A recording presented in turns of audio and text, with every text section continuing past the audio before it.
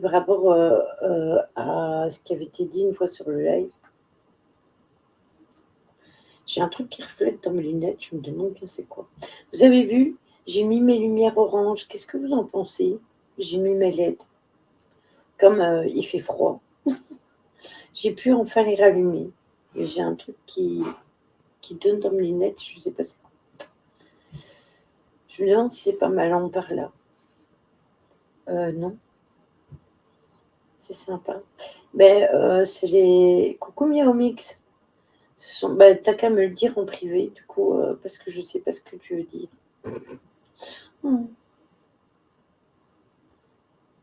Oui, exactement, Caro. Ça sent la soupe au potiron et les bonbons ou un sort. D'ailleurs, j'ai commencé à installer certaines choses. Vous voyez, il y a déjà les petites pommes de pin qui sont mises. Elles s'étaient déjà mises hier. Il y a les petites bougies sympas. Il y a la tour de Nancy, la Gamondo. Il y a des petites bougies sympas que j'ai achetées qui sont là. Je vais vous les montrer. Attendez. J'en ai pris 2, mais normalement, j'ai encore celle de la nuit passée. Regardez, en fait, vous allumez ici. Tac, attendez. Hein. Hop, voilà. Voilà ce que ça donne. Je l'ai trouvé sympa. Donc, voilà. Donc, elles ont déjà rejoint mon décor parce que directement, quand je les ai achetées, je les ai placées. Sinon, elles donnent comme ça quand elles sont pas allumées. Moi, j'ai rien à dire. J'ai dit, tu lances en même temps que si, mais tu m'as dit, il était déjà en live. Du coup, j'ai dit oui, mais tu as capté. Hein, laisse tomber, Ryan, je n'ai pas percuté. Je vais vous montrer quand même le travail de Nancy, comme je vous ai là en live. Attends, avant qu'on passe aux histoires. Ça, c'est la petite sorcière qu'elle a faite. Attendez. Vous ne la avez pas de face, mais voilà. Ça, elle est posée sur bois. Je crois que Ryan veut communiquer. Oui, dans le jardin, à 18h, j'entends un bruit sur la vitre de la porte du jardin. Je vais voir et c'est un pigeon qui tape avec son bec sur la vitre de ma porte. Rien à comprendre. Oui, mais tu as capté. Mais oui, mais c'est le mais tu as capté que je n'ai pas capté. Justement, que je n'ai pas compris. Donc, il y a ceci. Ça, c'était le bol du chat. Si vous les voyez en vrai, enfin en vrai, vous les voyez en live plutôt que sur des photos, on peut mieux comprendre quand... Ça, c'est ce qu'elle a dessiné sur... Normalement, c'est pour les pendre, mais donc du coup, ils vont dans ce sens-là. Mais je ne les ai pas encore pendus. Alors, vous avez ici l'air, le feu. Voilà, regardez. Voilà. Et voilà.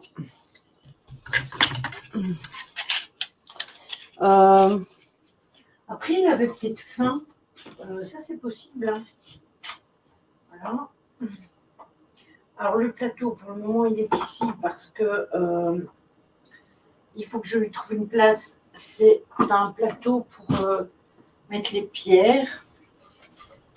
Regardez. Voilà. Et qu'est-ce qu'il y a encore? Ah oui, il y a les sous-verts, mais ça, j'en ai que 2 ici. Les autres sont en bas. Je l'ai mis ici en attendant parce qu'il faut que j'arrange ça pour moi mettre les pierres dedans. Et les sous-verts, ils sont ici. Mais j'en ai que 2 ici. Je vais vous en montrer un. Voilà. C'est comme ça. Après, vous pouvez avoir toutes sortes. Hein. Elle fait à la demande. Voilà. Hop. Je pense que c'est tout. Je pense que j'ai rien oublié. En gros, je me suis trompée. Qu'est-ce que c'était déjà... Ah, d'accord, ça y est. Je t'embrouille. C'est toi qui m'embrouille. Voilà, le moment pub est passé.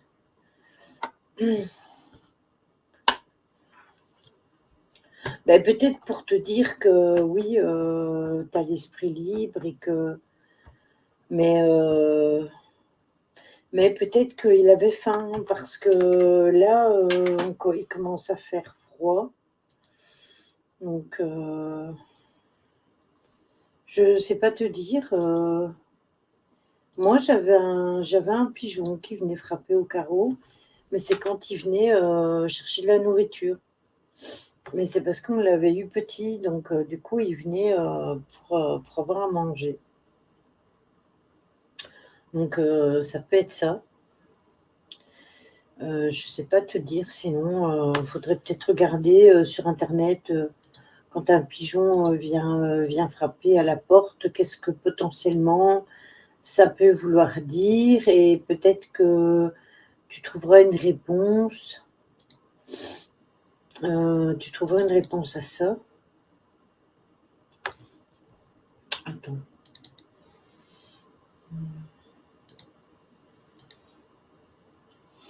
Attendez, hein, hop, parce que j'avais oublié de mettre ça. Moi, j'avais des piles, ils me lançaient des cadeaux. Oui, je m'en souviens. Jojo oui, on se le demande. Hein. J'avoue, Miomix, j'aimerais bien qu'il réponde à mes messages.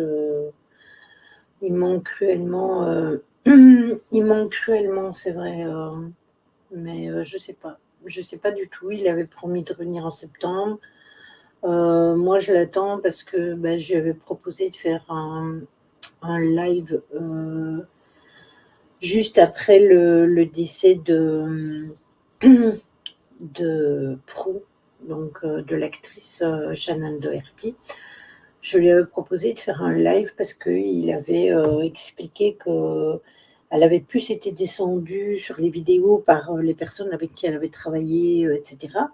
Donc j'avais dit, ce serait peut-être bien d'en parler vraiment, de dire ce qu'elle avait été, etc., etc.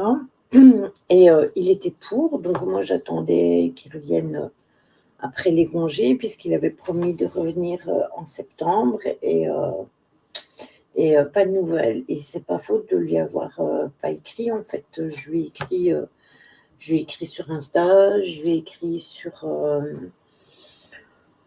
sur TikTok, j'ai pas eu de réponse et je veux pas non plus l'assaillir de messages et qu'il se sente. Voilà.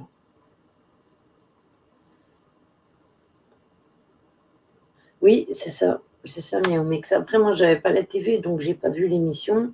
Mais d'après ce que j'ai entendu par toutes les personnes qui avaient vu, voilà. J'aurais pu ramener la bague et des diamants. Donc aujourd'hui, on se retrouve pour un live lecture pour continuer notre livre, les nouvelles histoires extraordinaires de l'histoire, puisque c'est lié à l'histoire. Et on avait lu pas mal d'histoires déjà au live précédent. Et là, on va commencer une nouvelle histoire, un petit clin d'œil à Caro. Je vais aller le mettre à l'histoire suivante. Attendez, je cherche après. Je pense que c'est ici. Voilà. Elle a trouvé ce qu'elle a pu. Il est efficace comme marque-page, exactement. Il est efficace dans le sens où, comme il est grand, enfin, il est plus grand que le livre, il dépasse toujours au-dessus ou en dessous. Donc, du coup, regarde, tu vois, il dépasse toujours un petit peu. Donc, je sais toujours, je suis arrêtée à marque ta page. Donc voilà. Oui, il a été bien conçu. La personne qui l'a conçu a fait ça de forme intelligente. Bon, allez, on va avec notre première histoire. Tant pis pour ceux qui ne sont pas là. C'est pas comme si ils ne savaient pas qu'il y a stream le vendredi et le samedi. Hier, c'était déjà pareil. Aujourd'hui, c'est encore le commencement. Il me faut une boîte pour mettre mon livre en dessous pour moi le relever. Hop, voilà. Comme ceci. Je vais reculer mon clavier. J'en ai pas besoin. Un ingénieur à tous les coups. Ouais, un ingénieur des marque-pages.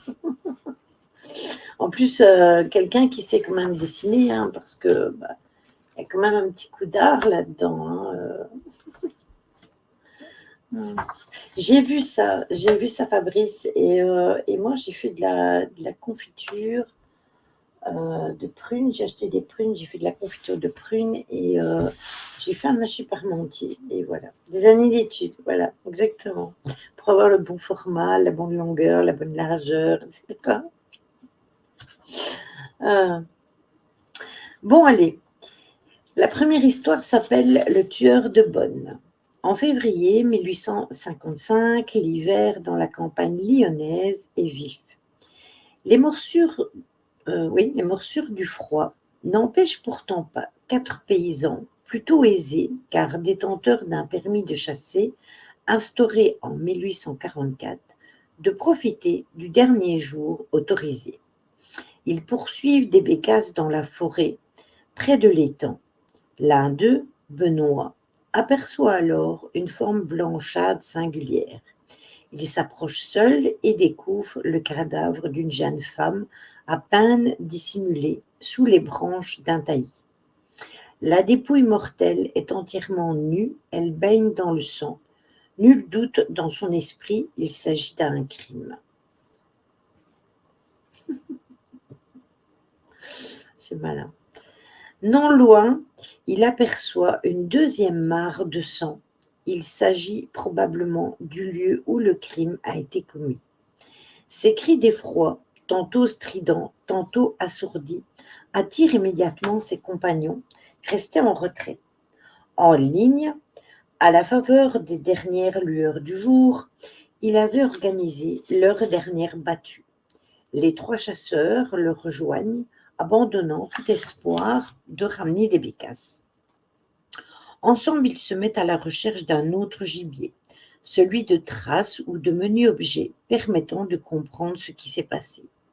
Ensemble, ils découvrent tout d'abord un bonnet de tulle garni de rubans, un second bonnet de mousseline ensanglantée, un petit tablier de coton, un col brodé, un mouchoir, un bout de ruban bleu, un pagne et 2 souliers, mais rien d'autre. Abasourdis, les 4 compagnons alertent des bûcherons et le maire de tramway. À son tour, il prévient la justice en écrivant que 4 chasseurs originaires du Caillou-sur-Fontaine ont trouvé un cadavre mort. Ce qui est logique parce que si c'est un cadavre, forcément, il est mort. Le médecin diligenté constate que la victime a été violemment tuée par des coups donnés à la tête qui lui ont enfoncé le crâne. Dans son rapport, après un examen approfondi, il écrit que les coups ont été portés à 6 reprises et qu'ils ont été assénés avec une rare violence. Ils ont éclaté l'os frontal, les os pariétaux et la cavité orbitaire gauche. L'examen du corps révèle que la victime et que le crime a été commis il y a peu, moins de 2 jours. Personne n'est capable de l'identifier. Toutefois, l'extrémité des doigts donne une information d'importance. Il est tout piqué. Une multitude de petits points noirs ne laissant pas de place au doute, la malheureuse était couturière, ou du moins se livrait régulièrement à des travaux d'aiguille. Le juge d'instruction, Louis Génaud, arrive de Trouvoux le 5 mars. Il est accompagné d'un photographe de Lyon, Camille Bernabé, qui prend des photographies de la dépouille mortelle allongée sur une couverture claire sur un fond noir. À l'époque, la police scientifique n'est pas encore née. Les lieux du crime sont parfois représentés sans que cela soit systématique, et les morts rarement dessinés et encore moins photographiés. C'est putain un zombie, cadavre debout. Le magistrat interlocuteur recueille tous les témoignages possibles et croit être sur une piste permettant d'identifier l'inconnu de l'étang. Elle pourrait être une petite marchande dont on a signalé la disparition à la fin du mois de février. Cette jeune femme que personne ne connaissait s'était adressée à un aubergiste pour lui demander si elle ne pourrait pas passer la nuit dans une dépendance. Puis, devant le refus de ce dernier, elle avait poursuivi son chemin. Dans une ferme proche, elle avait demandé le gîte et devant un nouveau refus, elle s'était évanouie dans la campagne. Plus personne n'en avait entendu parler. La description donnée de son teint, de ses vêtements correspond, mais le juge doit déchanter car le garde champêtre trouve sa trace dans la commune même de Tramway. Ce n'est qu'au début des années 1856 que plusieurs témoignages permettent d'identifier Marie Badet, âgée de 22 ans. Ses sœurs ont reconnu en effet un mouchoir, un bonnet, une robe. Marie Badet avait été placée à Lyon comme servante pour la première fois en 1854. Au mois d'avril 1855, il faut donc reprendre les investigations et recueillir de nouveaux témoignages. Mais rien de probant ne peut être retiré des dépositions des uns et des autres. L'année se passe sans aucun élément nouveau. Puis, au début de l'année suivante, le juge Antoine-Louis Génaud suit la piste de jeunes filles dont on n'avait pas de nouvelles, mais toutes deux sont retrouvées. Une autre information circule et parvint à la justice. Une jeune femme à la recherche d'un emploi de servante a été accostée à Lyon par un singulier personnage. Un paysan portant une blouse bleue, soit l'uniforme des journalistes, des journaliers, des domestiques de ferme et de la plupart des fermiers, un chapeau à large bord et un pantalon noir. L'homme était barbu, une petite cicatrice dessinée juste au-dessus de sa lèvre. Il lui avait déclaré sur le ton de la confidence qu'il recherchait pour le compte de son maître une servante pour tenir la maison d'un riche fermier qui habitait une maison bourgeoise. La place était bonne, les gages confortables, à peu près 200 francs par an. Les étrennes plus que substantielles, mais il fallait partir le jour même, prendre ses effets et le bateau pour se rendre à Neuville. Une fois sur place, l'homme décide finalement d'y aller à pied et après une longue marche, tous les deux parviennent au camp de Satonnet. Et ils aperçoivent ensuite une maison. Il s'agit de la ferme de Ragès. Il continue pourtant à marcher, la dépasse et elle se dit qu'il veut la détrousser. Ne porte-t-elle pas un panier en or? Elle lui dit de lui rendre ses affaires, rebrousse chemin et se précipite en direction de la maison. On lui ouvre, il est presque 10 heures du soir. Informé, le juge d'instruction diligente l'enquête autour de Neuville, mais nul témoin ne se manifeste ou ne donne d'informations. La jeune femme s'appelle Olympe Alubert. La piste s'arrête là. En 1856, la justice renonce et rend une ordonnance de non-lieu à suivre. Le cadavre de l'étang rejoint la cohorte des morts irrésolus.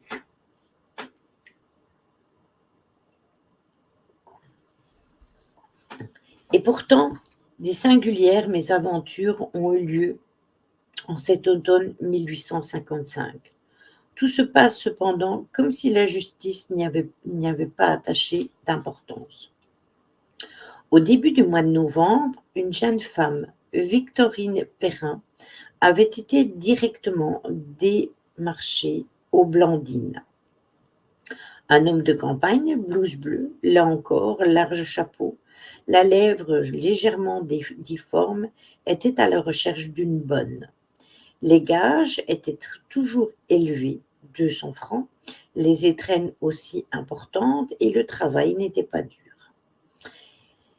Il se rapportait uniquement à l'entretien de la maisonnée. La jeune femme ne prend pas sa malle, seulement une petite caisse avec une boîte en acajou contenant ses économies, près de 50 francs, une médaille, des vêtements et des effets divers. Il traverse la campagne, évite les villages. Or, à ce moment-là, du côté de Miribel, se tenait une foire. Les chemins d'habitude déserts sont emplis de promeneurs. Le compagnon de Victorine fait brusquement un saut de côté, s'enfonce dans les forêts et disparaît dans la pénombre, la caisse de Victorine Perrin sur son épaule. À son retour aux Blandines, la directrice de l'établissement lui déconseille de porter plainte. Elle a certes été volée, mais dit-elle, il est préférable que la justice n'y soit pas mêlée. Les désagréments seraient très importants et l'on ne sait jamais quelle voie la justice peut suivre. Il est vrai qu'à l'époque, dans les prières du soir, certains glissent la formule « Seigneur, délivrez-nous de la justice ». La justice fait peur et l'opinion publique craint les erreurs judiciaires. En 1859, le drame de l'étang n'a toujours pas été résolu. L'enquête piétine et tout se passe pour les habitants comme si les autorités avaient renoncé à en savoir plus, reléguant ce crime au rang des affaires irrésolues. Il est vrai que personne ne semble s'en inquiéter. 4 années ont passé et rien ne semble devoir lever le voile sur ce mystère jusqu'au moment où un événement finit par secouer la justice. Une jeune femme affolée a, semble-t-il, échappé à un homme de la campagne à la lèvre déformée. Dans la petite commune de Saint-André de Corcy, Marie-Julie Fraya trouve refuge dans la ferme du domaine de l'hôpital. Les fermiers la voyant sont immédiatement persuadés de sa sincérité. Elle vient d'échapper à la mort. Il ne s'agit pas d'une vagabonde qui invente une fable pour se faire héberger. Le lendemain matin, l'un d'eux l'accompagne à la brigade de gendarmerie. Âgée de 25 ans, enceinte, elle avait écouté l'offre du campagnard qui lui avait proposé une place dans une demeure cousue. Dans un mouchoir, elle avait mis, déclara-t-elle, ses économies, 37 francs, et dans son modeste bagage, de quoi écrire, du papier à lettres, 2 porte-plumes et un écritoire. Elle a échappé à l'agression, mais elle a tout perdu. Le procureur de Trévoux veut l'inculper pour vagabondage puisqu'elle n'a pas d'argent et qu'elle ne peut se présenter avec aucun document. Mais le juge recueille sa déposition. L'inconnu, revêtu d'une blouse bleue et d'un chapeau flambard, lui avait arraché son tablier qui contenait tout son mouchoir et s'était emparé de son carton vert et s'était enfoncé dans les taillis et avait disparu. Si elle a été épargnée, songe le magistrat, c'est tout simplement parce qu'elle aurait pu alerter les habitants de la ferme voisine. Une fois de plus, l'enquête ne débouche sur rien de probant et le mystère s'épaissit. Les jeunes femmes sont victimes d'un criminel qui agit un peu comme un sergent recruteur, lui faisant miroiter un avenir prospère. Mais qui est-il? D'où vient-il? Le 18 mai 1960, une jeune femme pénètre dans le bureau du juge d'instruction. Il y a presque 3 semaines, elle a raconté sa mésaventure survenue le 29 avril 1860 au commissaire de police de Neuville-sur-Saône. Elle est impressionnée, mais heureuse de pouvoir enfin se confier à la justice. Elle s'appelle Louise-Marie Michel. Un homme à la silhouette épaisse, avec une blouse bleue et un chapeau à larges bords comme des ailes, lui a proposé à Lyon, alors qu'elle gagnait 160 francs par an, une place à 200 francs. Réticente, elle a fini par accepter. Elle prévient ses maîtres, range ses affaires dans 2 ballots. Le lendemain matin, en compagnie de cet homme, elle prend le train pour Neuville-sur-Saône. Sur place, elle veut confier ses bagages à la garde d'un fermier. Son compagnon semble ne pas apprécier, mais il y consent. Il argue qu'il reviendra les chercher en voiture. Ensemble, ils s'engagent dans des sentiers, puis après un long trajet à l'écart des maisons habitées, ils croisent un paysan qui conduit une charrette attelée à un âne.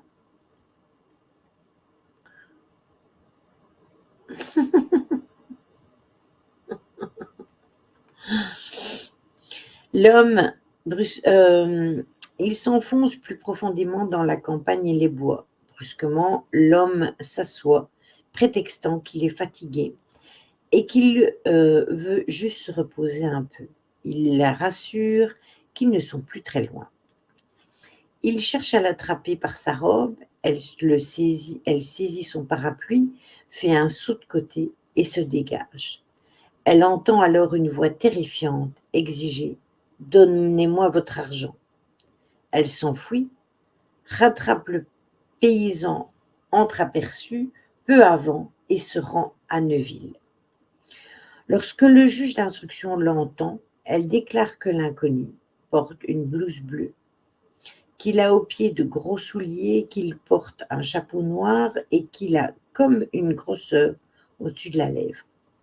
Les recherches faites ne permettent guère d'avancer et les espoirs de trouver une piste sérieuse sont réduits. L'étau est-il en train de se resserrer ou bien l'homme à la blouse bleue échappera-t-il encore une fois à la justice? Il y a un coup de parapluie dans la tronche, c'est ça. C'est Zorro. En 1861, le même scénario semble toujours et encore se répéter à 1 an d'intervalle. Le 28 mai, une jeune femme de 26 ans est accostée à Lyon, place Bellecour, non loin du pont de la Guillotinière. Un inconnu se présentant comme jardinier lui demande où il pourrait trouver un bureau de placement. Il est en effet à la recherche d'une servante pour le compte d'un châtelain.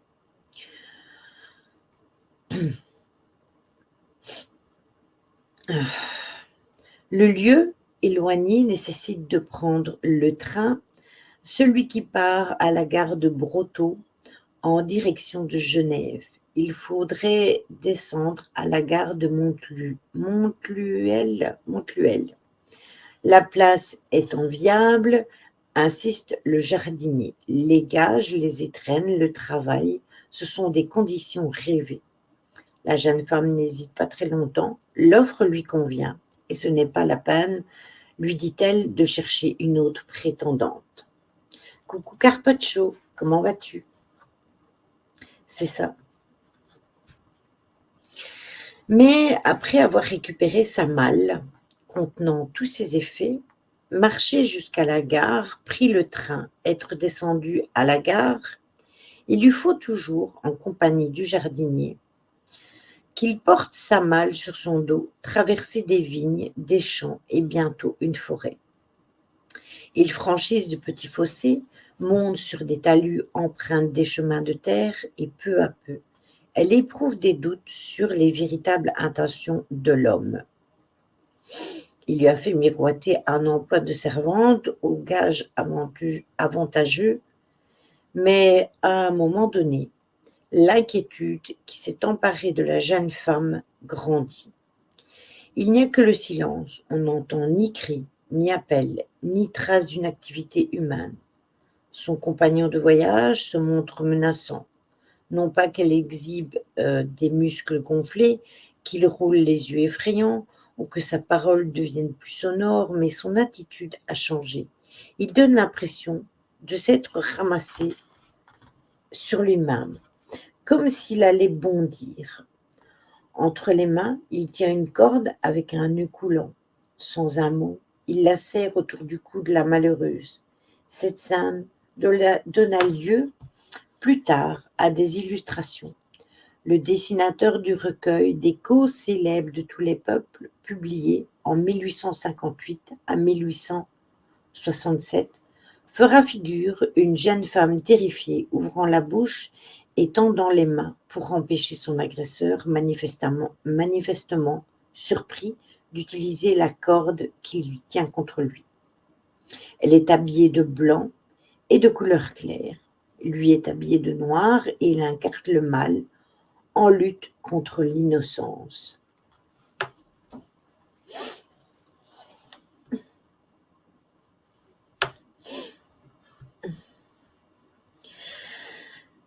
Marie Bichon a la présence d'esprit et la force de repousser son agresseur, de faire passer la corde autour du menton, puis de la laisser glisser vers la bouche, son nez et enfin son front.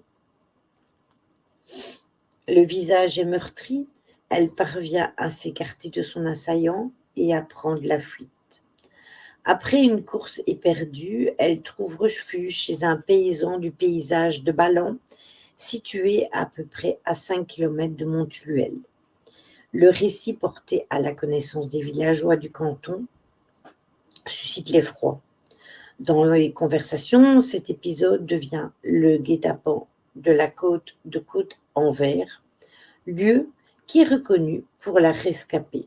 Cet homme doit avoir un cimetière quelque part, colportons à voix basse.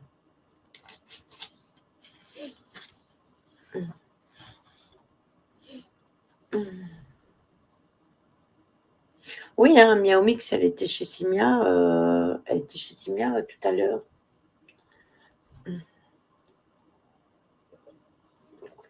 Coucou Stella.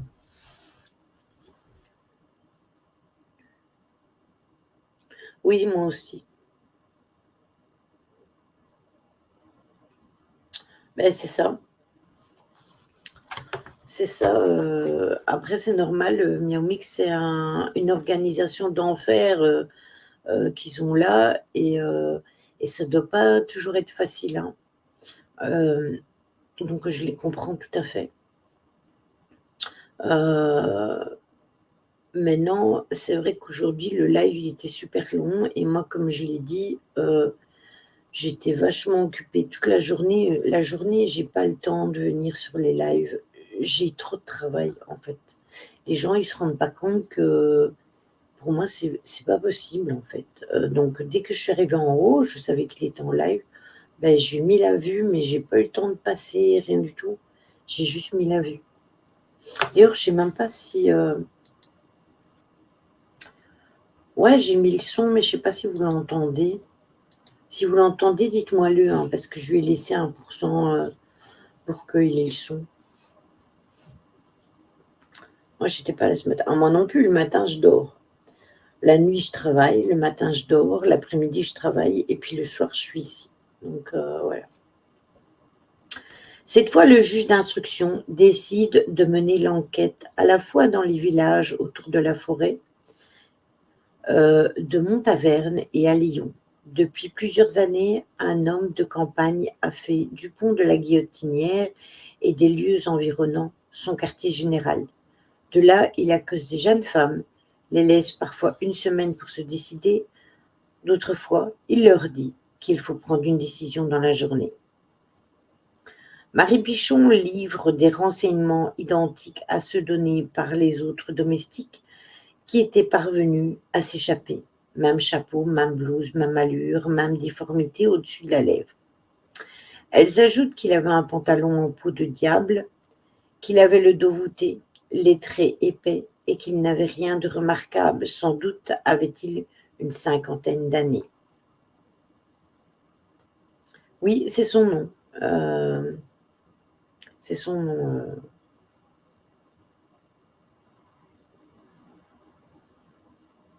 Dormir le matin après 4h04, j'en rêve. T'as pas dormi hier? Moi, hier, j'ai dormi, il devait être 5h30.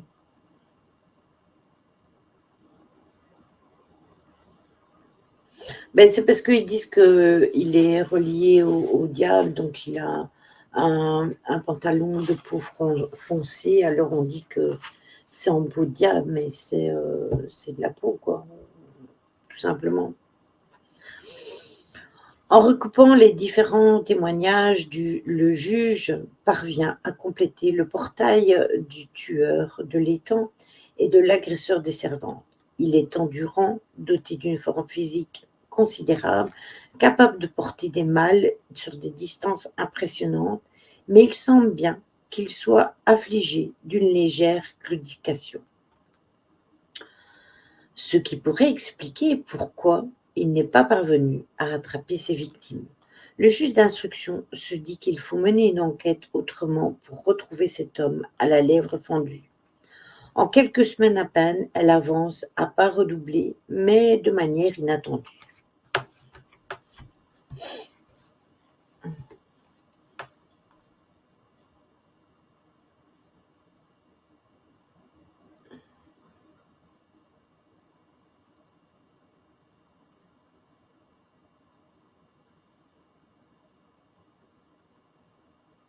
Un message? Quel message? Je n'ai pas compris. D'ailleurs, Carpaccio, dans le salon film et documentaire, je t'ai mis le film dont on a parlé hier, si jamais. Le maréchal des logis, Léon Tripart, et le garde champêtre de Ballan avaient cherché un peu partout. Toutes les gardes barrières avaient également été interrogées, mais en vain. François Moine et le garde champêtre de Dagneux discutent avec un cabaretier et il lui parle d'un certain Raymond. Raymond qui habite non loin dans un hameau dit Dumollard. Le visage de l'homme possède une particularité. Il a une fente au-dessus de la lèvre supérieure. Il a bien la jambe traînante et les épaules voûtées. On ne lui connaît guère de moyens de subsistance. Sans doute est-il un peu braconnier, un peu maraudeur, un peu contrebandier. Le 2 juin, un mandat d'arrêt est lancé. Le garde champêtre, Moine, estime qu'il faut voir le repère de ces gens-là. Le lendemain matin, le juge de paix se rend à son domicile. En réalité, M. Raymond se prénomme Martin Dumollard. Il est né le 21 avril 1810 en juin 1810. En juin 1840, il s'est marié avec une paysanne de sa génération, alors âgée de 26 ans. Son casier judiciaire n'est pas vierge.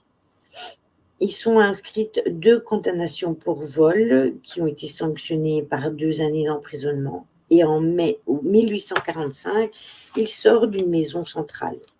À cette date, plus aucune infraction n'est retenue contre lui. En 1856, il a acheté pour 150 francs un petit terrain. Son père, né en Hongrie, aurait été condamné à mort en Autriche et aurait trouvé refuge en France. Il aurait changé son nom en Dumollard avant d'épouser une pauvresse de village. Il aurait eu 2 enfants. En 1814, en voulant rejoindre la Hongrie par l'Italie, il aurait été arrêté à Padoue, occupé par les Autrichiens qui l'auraient fait exécuter. Sa famille se serait définitivement installée dans la campagne lyonnaise.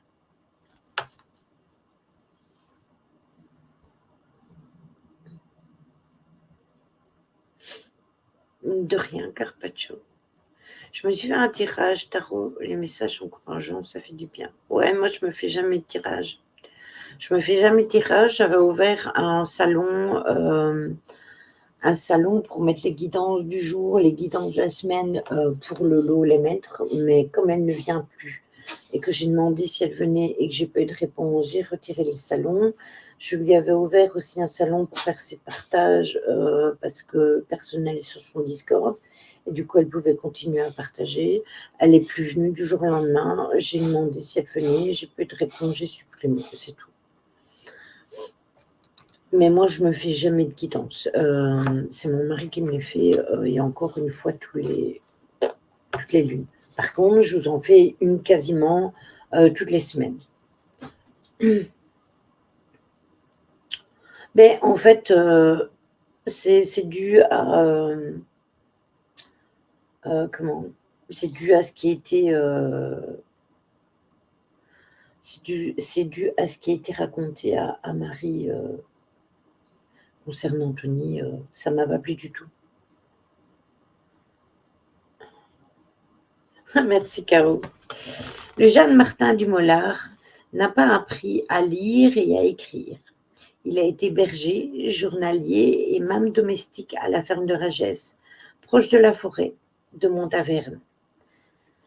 50 ans plus tard, sur place, Madame Dumollard, Anne Martinet, ouvre la porte au juge de paix, à son greffier, au garde champêtre et à 3 gendarmes et au maire de Montluel.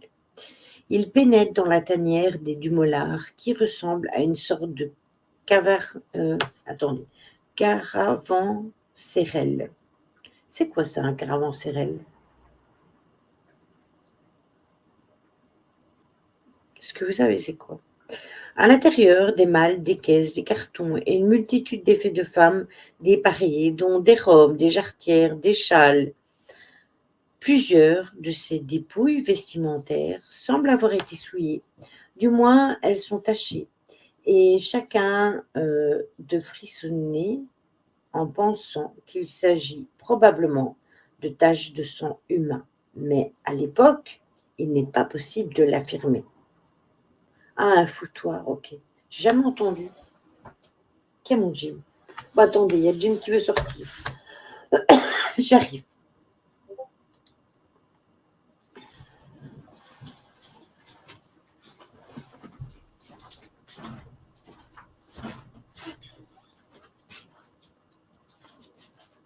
Bon, tu viens? Allez.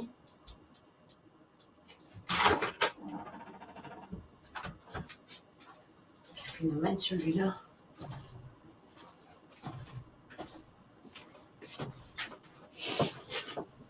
Oh.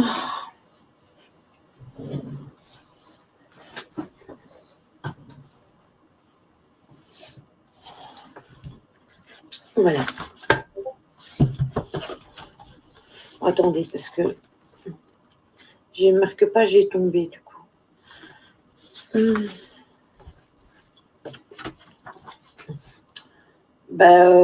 Je sais pas te dire, j'ai jamais entendu ce mot-là.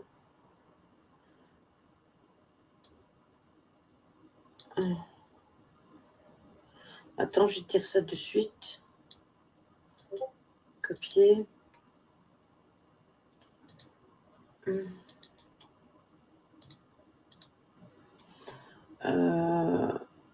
Synonyme. Auberge, caravane, hôtel.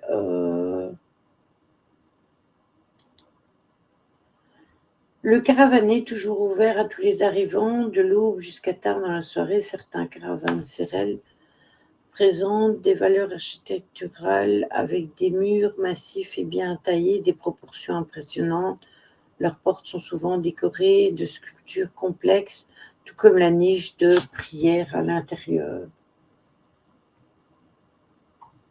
Si vous voulez, je vous mettrai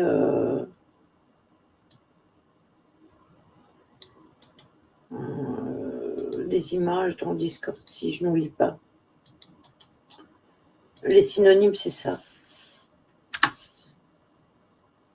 Voilà. C'est toi qui fais biper mon Discord. C'est malin. Alors, où est-ce que j'en étais, moi? Ah, voilà, j'étais là. Un gendarme découvre au-dessus de l'écurie,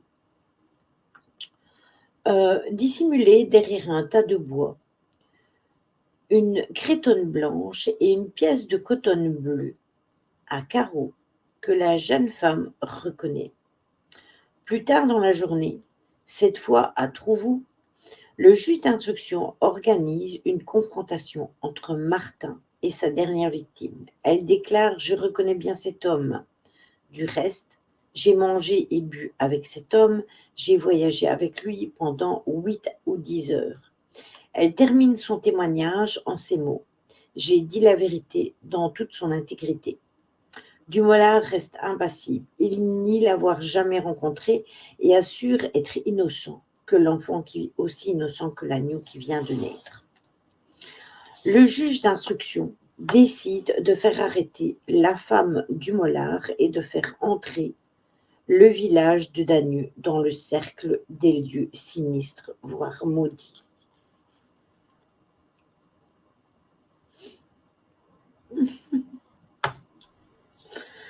Peu après, le magistrat instructeur fait rechercher Louise Marie Michel, qui complète sa description physique de l'homme qui l'avait agressé.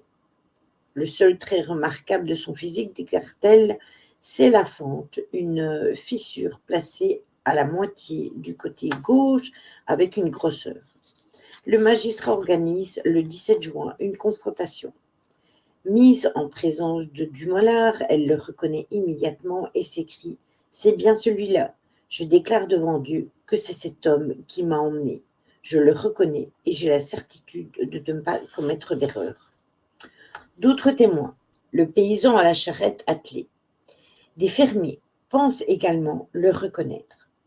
Le juge donc fait transporter toutes les pièces et les objets saisis au domicile des époux Dumollard et les expose comme les pièces à conviction sur une table installée dans la salle d'audience des cours d'assises, ou comme les cadavres exposés devant les vitres de la morgue pour permettre l'identification des corps anonymes.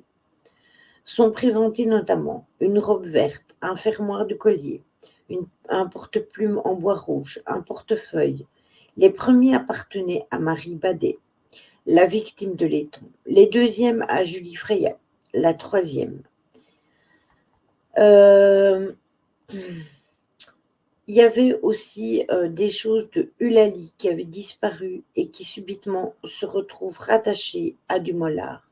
Sa sœur Marie-Joseph en avait donné une description suffisamment précise pour que le lien puisse désormais être fait. Le juge d'instruction persuade la femme que son mari ne retrouvera pas la liberté et qu'il risque même la peine capitale. Rassurée d'une certaine façon, elle change d'attitude. Son interrogatoire se métamorphose en aveu. Elle confiera que tout le monde dans le pays parle de l'attentat contre Marie Pichon. Martin Dumollard a pris peur. Aussi, en pleine nuit, tous les deux se sont rendus dans les bois de Rouillonne avec un énorme sac, à l'intérieur les effets de cette dernière et quelques autres pièces. Ils en ont fait un feu et ont enfoui l'ensemble dans le sol. Guidés par l'épouse de Dumollard, les gendarmes trouvent après avoir creusé 25 cm, les linges, les vêtements, mais aussi des baleines en acier pour corser, une boule de verre, une médaille de fourvière.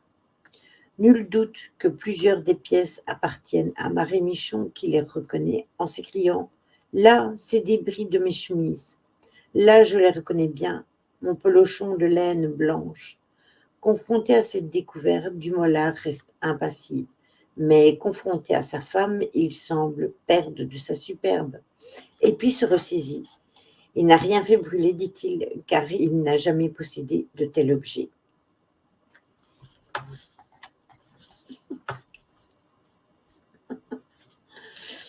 Le 26 juin, le juge interroge une nouvelle fois la femme Dumollard.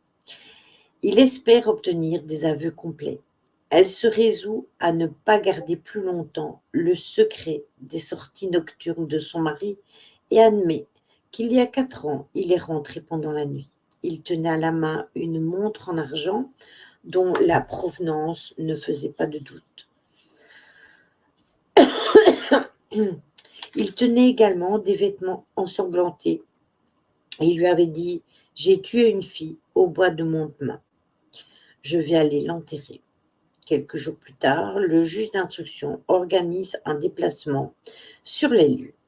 À 3 km du village de Dagneux, au bout du plateau de la tombe. Le bois est assez étendu, couvrant une superficie de 4 hectares. Mais en examinant attentivement le terrain, il aperçoit une sorte de petit monticule et là, il retrouve le cadavre. Les découvertes macabres ne s'arrêtent pas là. Madame Dumolard se confie et son mari lui a rapporté cette fois non pas une montre, mais des boucles d'oreilles, des vêtements de femme.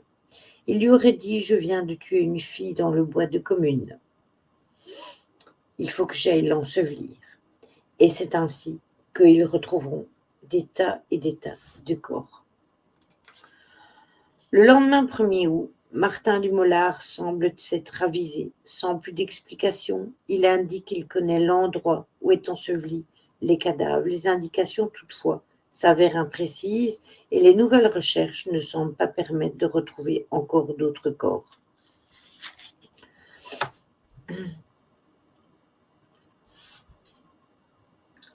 Qu'est-ce que vous faites encore comme bêtises? Par la suite, toutes les disparitions et agressions s'expliquent de cette façon. Même une fois, à la fin du mois de février 1855, un troisième homme vint se joindre à eux.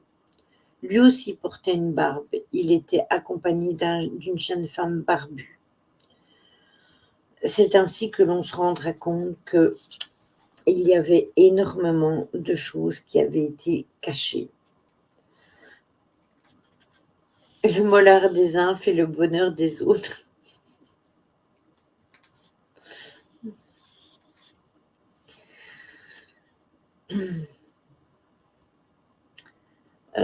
Attendez, parce qu'il y avait une page qui s'était collée apparemment. Oui. Le 29 janvier 1862, 7 ans après les premières découvertes, les débats s'ouvrent au palais de justice de l'Ain.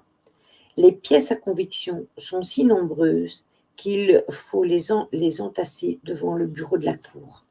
Les charpentiers ont travaillé pour que la salle des assises puisse recevoir un public nombreux. Mais nombreux sont ceux qui restent dehors, ne pouvant pénétrer à l'intérieur du palais de justice. Sur le parcours de la prison au tribunal, des cris fusent. Le voilà, presque aussitôt. Une fois la cour installée, le président des assises demande à monsieur Martin Dumolard d'abandonner sa thèse invraisemblable et de dire la vérité. Vos affiliés ne sont que des êtres imaginaires. L'accusé le contredit, il s'agit bien d'êtres réels qui l'ont menacé de le retrouver s'il n'accomplissait pas ce qu'il demandait. En effet, il avait soi-disant des complices que l'on n'a jamais retrouvés. Du reste, pendant très longtemps, il n'avait qu'une doutance sur la réalité des crimes. Ce n'est que plus tard qu'il en a été convaincu. Puis, c'est le tour des témoins, en particulier Rosalie, abordée par Dumolard en 1855 dans le quartier de la Guillotinière. Après avoir marché longtemps dans la campagne, il avait pris son argent, 60 francs, puis son sac, sa malle, et il avait disparu. Il y eut aussi le récit de Marie Pichon. Il y eut aussi le médecin de Marie Pichon, qui ne se laisse pas impressionner. Le 1er février, après 4 jours de débat, c'est au tour de l'accusation de prendre la parole attendez, parce que les pages collent. Par l'entremise du procureur général, la liste des victimes est longue. Février 1855, Marie Badet. Mars 1855, Olympe Alabert. Septembre 1855, la fille de Charletti. Octobre 1855, la fille bourgeoise. Novembre 1855, Victorine Perrin. Novembre 1858, une fille inconnue. Janvier 1859, Julie Fraya. Février 1861, Marie-Eulalie Buzot. Mai 1861, Marie Pichon. Il faut ajouter Rosalie Nicolas, mais retirer plusieurs tentatives d'agression non caractérisées et niées par Martin. Son épouse prétend qu'elle n'était pas son auxiliaire, mais qu'elle était entièrement sous la domination de son mari, qui lui interdisait de parler avec qui que ce soit et l'obligeait à tenir la porte de la maison fermée. Le procureur général souligne fortement que l'une n'a rien ignoré et qu'elle a été complice. Quant à l'autre, il l'a fait de l'assassinat une habitude et presque une profession. Même si les mots n'existent pas encore, le portrait qu'il est fait de l'assassin est celui d'un tueur en série, voire d'un féminicide, puisqu'il ne tue que des femmes. L'avocat, M. Lardière, joue avec l'émotion et sur l'hérédité. La tombe de sa mère se trouve dans le village de Dagneux et Dumollard connaissait son nom comme avocat. Et son nom comme avocat, connaissait son nom comme avocat et il n'a pas voulu se dérober. J'ai pas très bien compris, c'est pas grave. Dumollard, dit-il, encore a accompli seul ses crimes, mais sa mère a été chassée à coups de pierre, son père condamné à mort et a été écartelé sous ses yeux. Pour se marier, il a trouvé une femme aussi abjecte que lui. Non, affirme l'avocat, il n'a pas violé ses victimes et d'ajouter que le champ des accusations est suffisamment vaste pour qu'on ne s'arrête pas à de semblables broussailles. Lorsque le jury revient, il répondit oui aux 28 questions posées. Pour le public, il n'y a pas de doute, mais il semble bien que dans le box des accusés, les époux Dumollard n'ont pas compris le sens. Il leur faut attendre le prononcé de l'arrêt du président. 20 années de travaux forcés pour la femme Dumollard, la peine de mort pour Martin Dumollard. La foule en liesse raccompagne les condamnés jusque dans la prison. Dans sa cellule, Dumollard, la bête puante, prise au piège, n'éprouve guère d'inquiétude et sa conversation tourne autour de sa vigne, son champ, sa vache et par-dessus tout, la mangeaille. Le jour de l'exécution a été fixé le 8 mars, place Bourgeat. La veille, en fin d'après-midi, Martin peut manger du boudin, son mets favori. Vers 10 heures du soir, il prend place dans une voiture attelée qui entre à 4 heures du matin à Montluel. Une foule immense est déjà là, venue, ainsi que des villages alentours et des départements voisins. Le rassemblement a des allures de kermesse. Rire se font entendre 50 lanciers du 14e de la ligne et 25 gendarmes à cheval sont là pour assurer le maintien de l'ordre. Dans une salle de la mairie, Dumollard peut boire une tasse de café dans laquelle il fait lentement tremper 2 sucres et un verre de vin d'Espagne.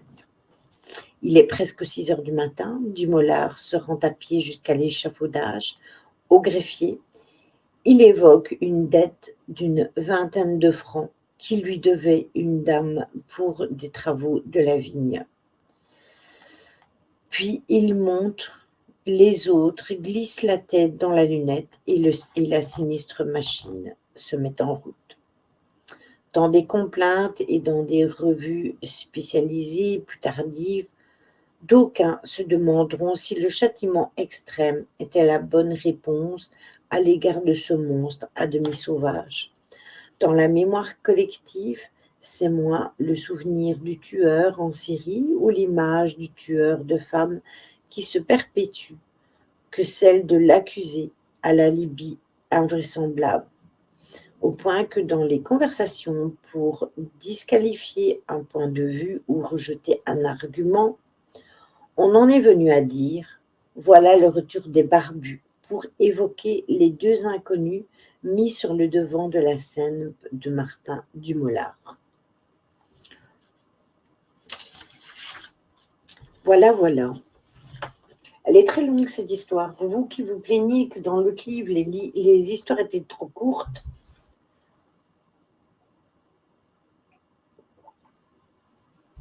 il peut m'envoyer des MP, je ne peux y répondre. Qui ça?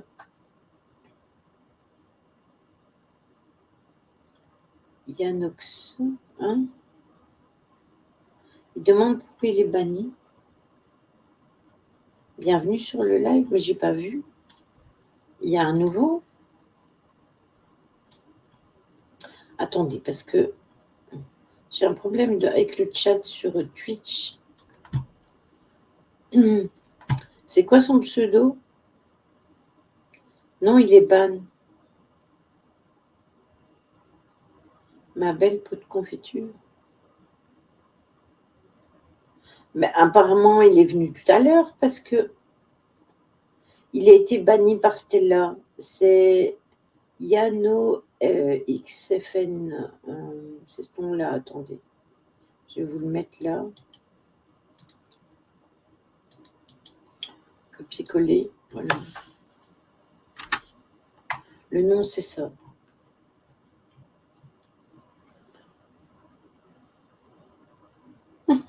Le bon ça, un peu de confiture, l'a pas fait. Non, parce que je pense que la dernière fois, il y en a un, il est venu, il a à peine arrivé qu'il a été banni. On a remis le pot de confiture dans le fond de l'armoire. Je l'ai banni. Ouais, je sais, j'ai vu. Enfin, j'ai vu après. Parce que j'étais occupée à lire, donc j'avais pas percuté, en fait. S'il a parlé de pot de confiture, c'est qu'il m'a entendu parler tout à l'heure que j'avais fait de la confiture. Sinon, ça aurait été un curieux hasard.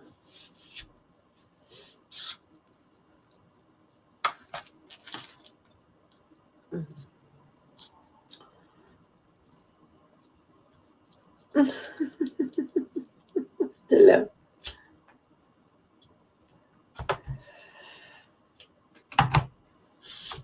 Et les gens sont bizarres. Les gens sont bizarres parce qu'ils viennent sur un live et puis ils lâchent des conneries du genre et après ils se plaignent parce qu'ils sont ban. Et pourquoi il est écrit à Caro? Il m'a envoyé un MP pour me demander si je ne peux pas répondre au MP. Mais je ne peux pas répondre au MP. Sur Discord. Et pourquoi c'est toujours toi qui reçois les MP? C'est qu'il a bloqué les messages. C'est qu'il a bloqué les messages et que c'est pour ça que tu ne peux pas répondre. Oui, bah oui. C'est que lui, il a bloqué. C'est ça. Mais là, le plus fort de tout, c'est que c'est Stella qui le bloque et c'est Caro qui reçoit le message. C'est ça le plus fort de tout. C'est qu'il a sûrement dû retenir le pseudo de Caro. Ah, moi, je réponds, mais enfin, moi, j'ai bloqué les messages. On ne peut pas m'en faire, sauf les personnes qui m'ont déjà parlé sur ici ou les personnes que j'accepte de faire un message. Sinon,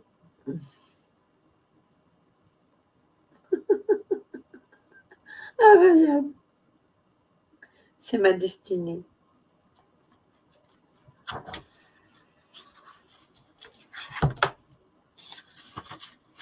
Après, à mon avis, il n'a pas su retenir celui de Stella parce qu'il était plus long. Celui de Ryan était encore plus compliqué. Caro, pot de confiture.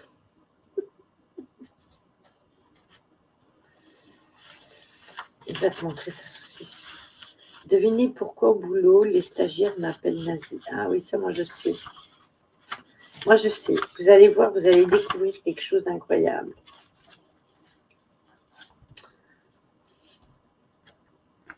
Moi, je sais, je suis au courant. Devinez pourquoi ils traitent Caro de Nazi.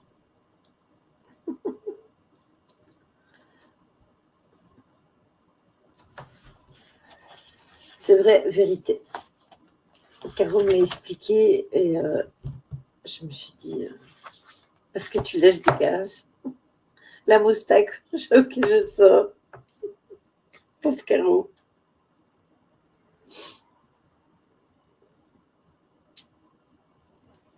Moi, j'aurais quelque chose de beaucoup plus simple, hein. La baguette et l'écoute.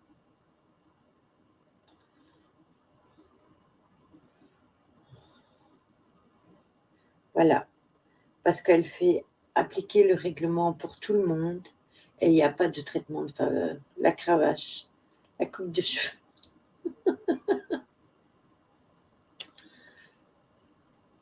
La dictature Caro. Mais Caro a raison. On en a parlé. Et après, ces stagiaires,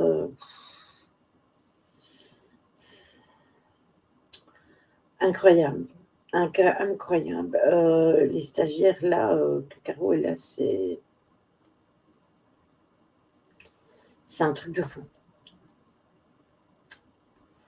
Ils sont là et on se demande pourquoi ils sont là. Je pense que c'est parce qu'ils n'ont pas le choix, sinon ils resteraient chez eux, hein.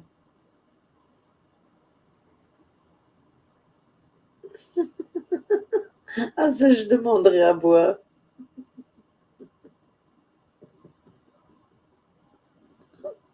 Heureusement que c'est pas des couteaux, hein. Chou, chou, chou.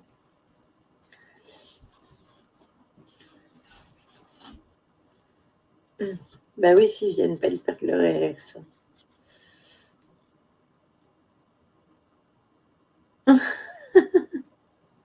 Oui, mais non, c'est passé les craies Miao Mix, on est passé au feutre.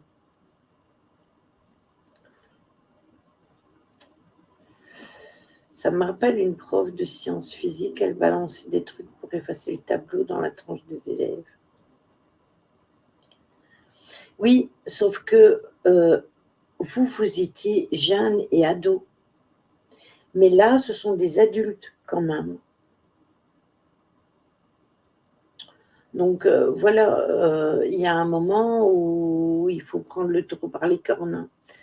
Parce que quand vous êtes ado, bah, vous chahutez en classe, ok, ça énerve les profs, mais, euh, mais voilà. Mais ouais, voilà, en primaire, même encore en secondaire. Mais quand vous avez cet âge-là, vous savez, il y en a quand même qui ont 50 balais. Donc voilà, c'était si drôle, ça j'avoue. Nous, on avait un prof en technologie, parce qu'on a appris, on a eu des cours de technologie, d'électricité, tout ça. On avait un prof en première année secondaire. Chez vous, je ne sais pas c'est comment que ça s'appelle chez vous, mais la première année secondaire chez nous, c'est quand vous sortez de primaire, donc c'est la première année dans l'école supérieure. Et donc j'avais 11 ans à cette époque-là, j'avais un an d'avance, et on avait un prof en techno.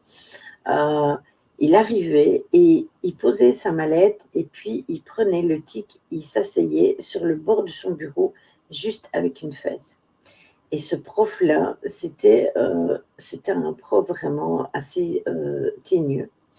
Et nous, on s'était amusé à relever le bureau, parce qu'il y avait un estrade, à placer des craies. Quand je raconte ça, ça me fait rire. On avait mis des craies en dessous des pieds de son bureau. Et quand il est arrivé, qu'il s'est assis sur le bord de son bureau, les cris ont roulé et son bureau est tombé de l'estrade et il s'est pété la binette.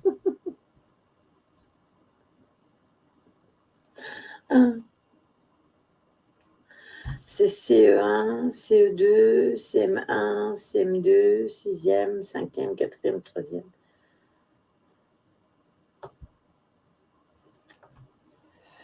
Après, avec un bonnet d'âne, Caro, acheter des bonnets d'âne serait pas mal non plus, ça.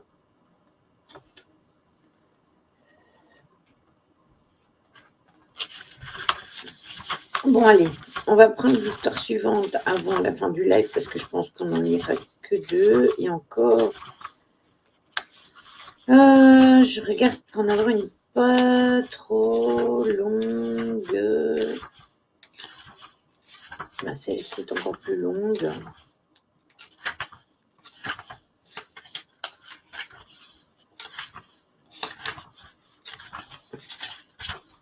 Il m'aurait fallu une un peu plus courte. Parce qu'on est quand même resté 3/4 d'heure.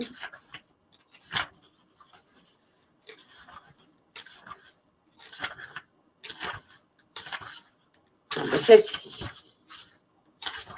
Ah non, même pas. Bah, quoi que. Je vais mettre mon truc là. Bonne nuit Fabrice et bon courage pour toi demain au boulot. Ça doit pas être cool de travailler le dimanche. Enfin, dimanche passé, j'ai travaillé toute la journée. Donc, bonne nuit Fabrice, repose-toi bien. Alors, le premier évadé de l'île du diable. On ne voit que lui, large, boueux, puisant avec ses quelques pieux dressés à la marée basse. On l'appelle le Maroni. Ce fleuve frontière sépare la Guyane, puis il termine sa course amazonienne dans l'océan Atlantique. Durant près d'un siècle, le Maroni fut un miracle fabuleux pour ceux qui scrutaient les rives adverses et l'épilète d'une ville, Saint-Laurent de Maroni.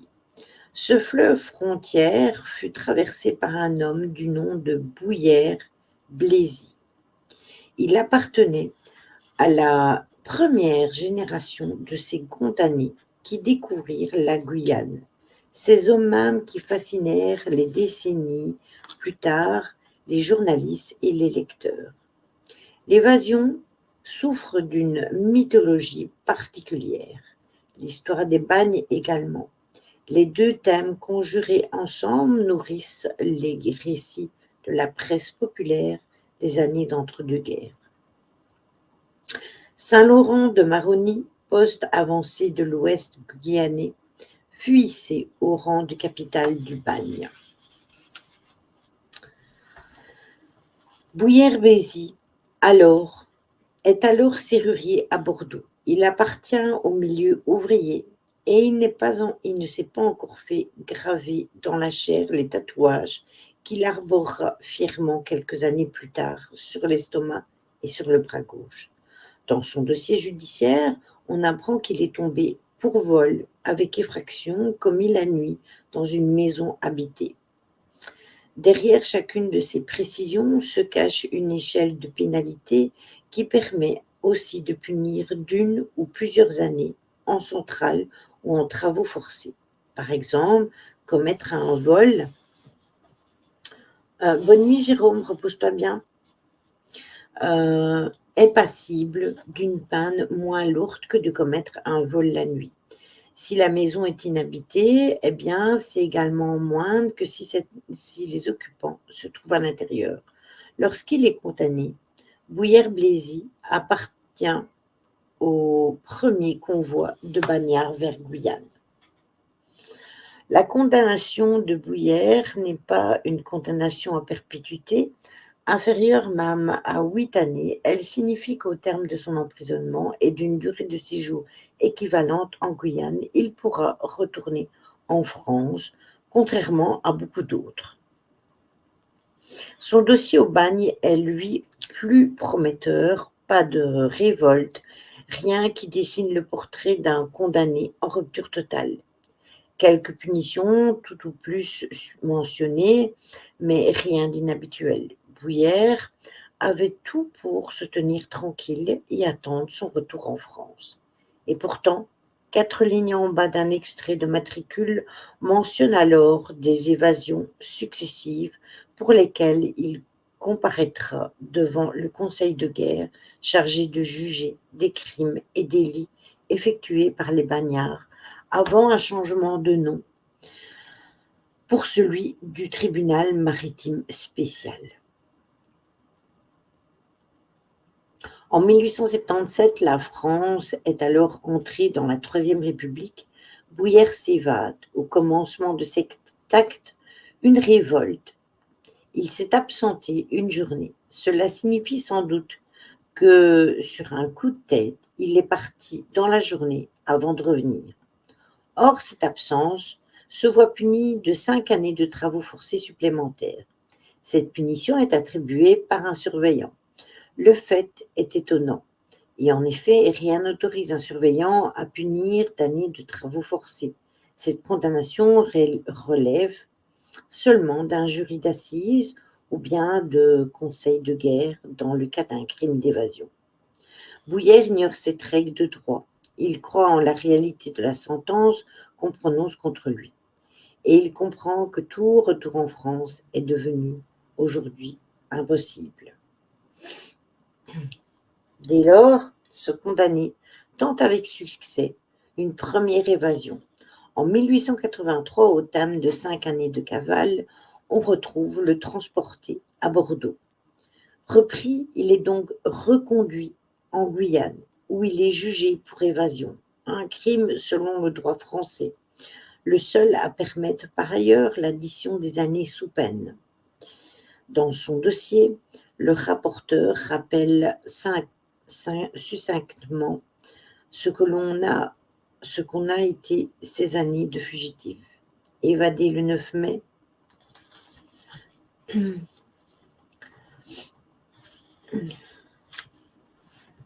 Bouillère a été arrêté à Bordeaux au commencement des années 1883. Son absence a été de près de 5 ans. Il prétend avoir travaillé 3 ans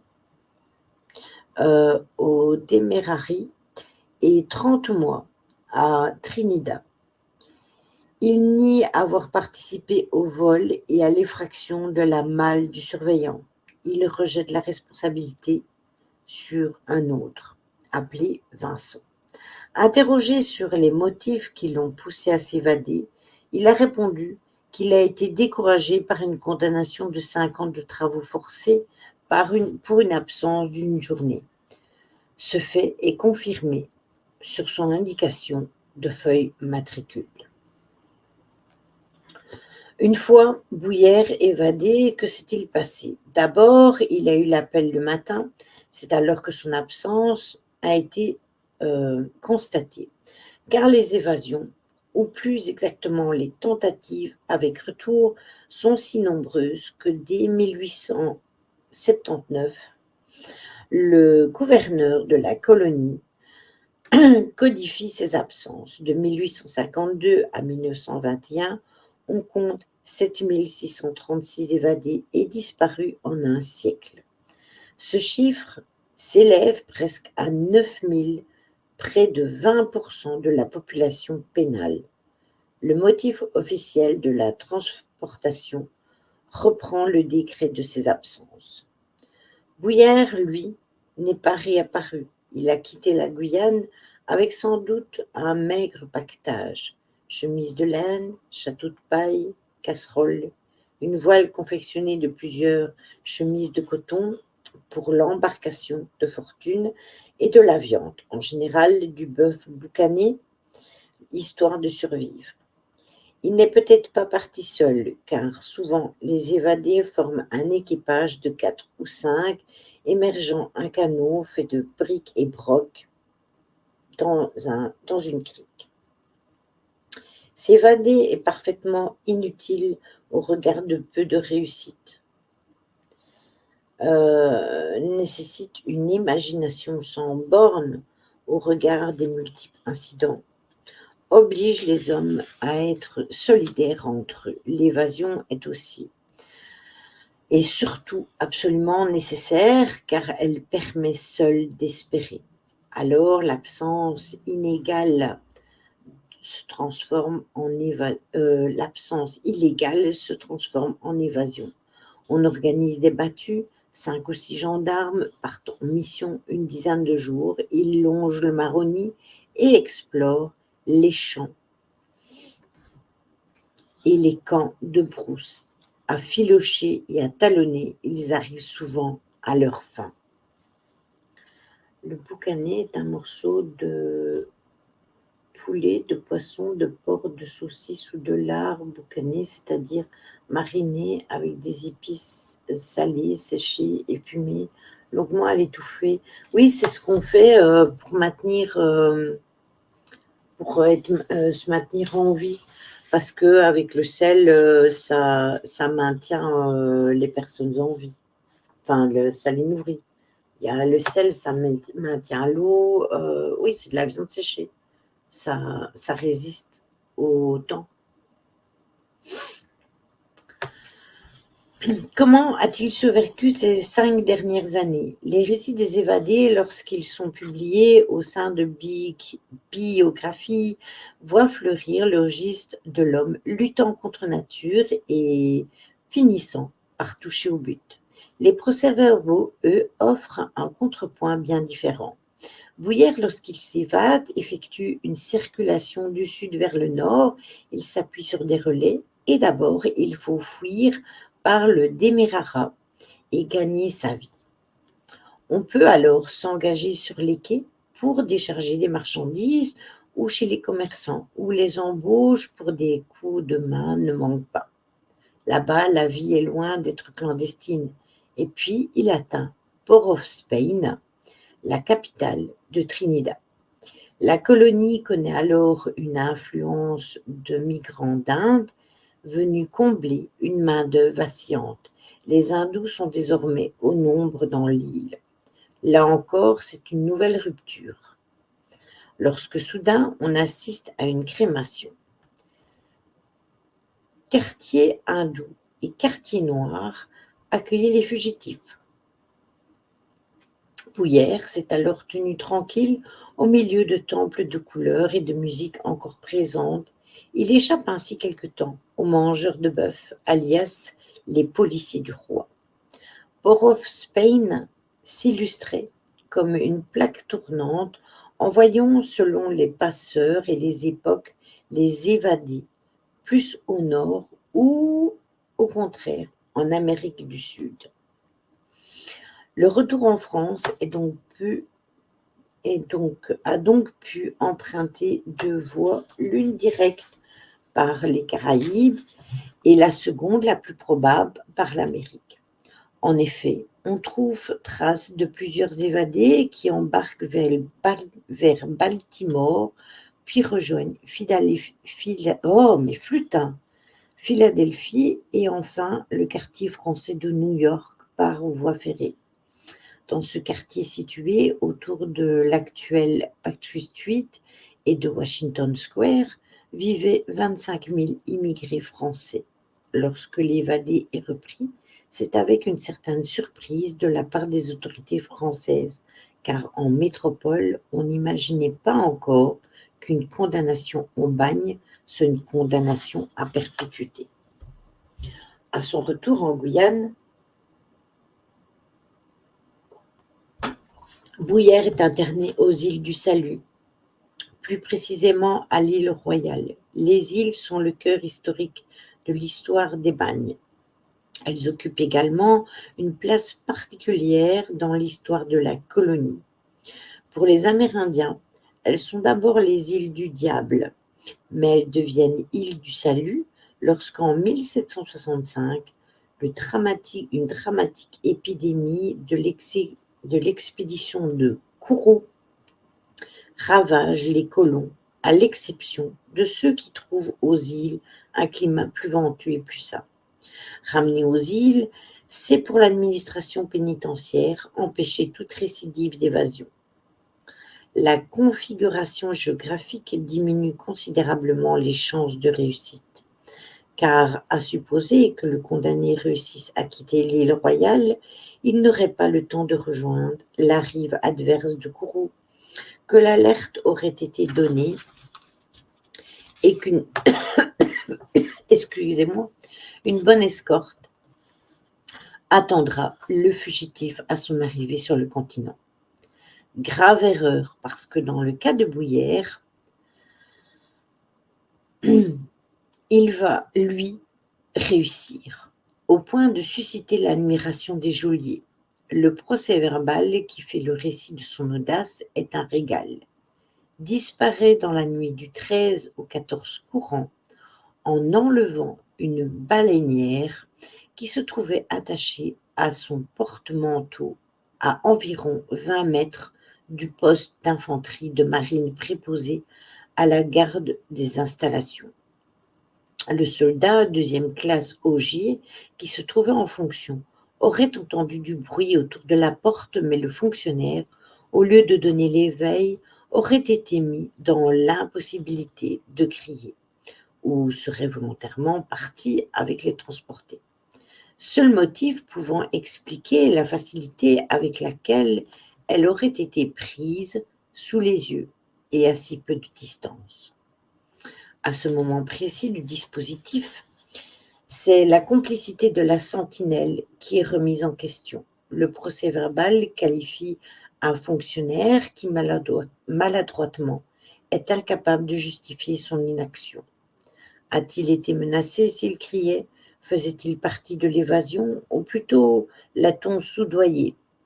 L'a-t-on enivré par cette grande proximité qui existe entre les bannières et les gardiens? Rien n'est dit. Reste que le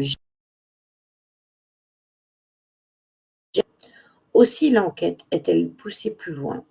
Le rapporteur précise alors plus les lignes écrites pour retracer les complicités, le jugement prononcé est révélateur.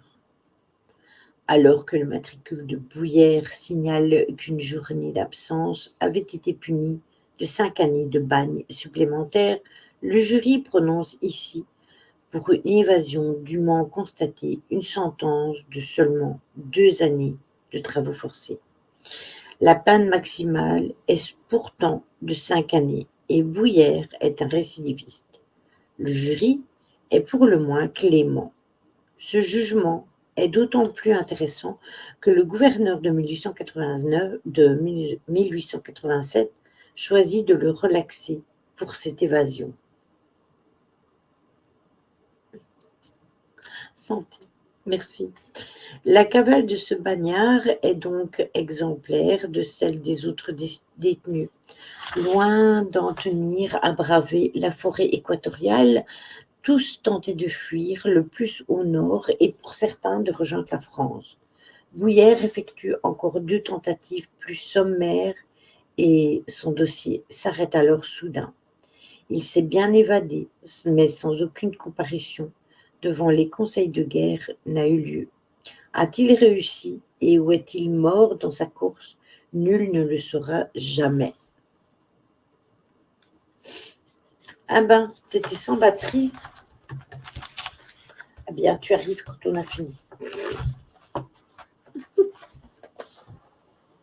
Celle-ci était plus courte.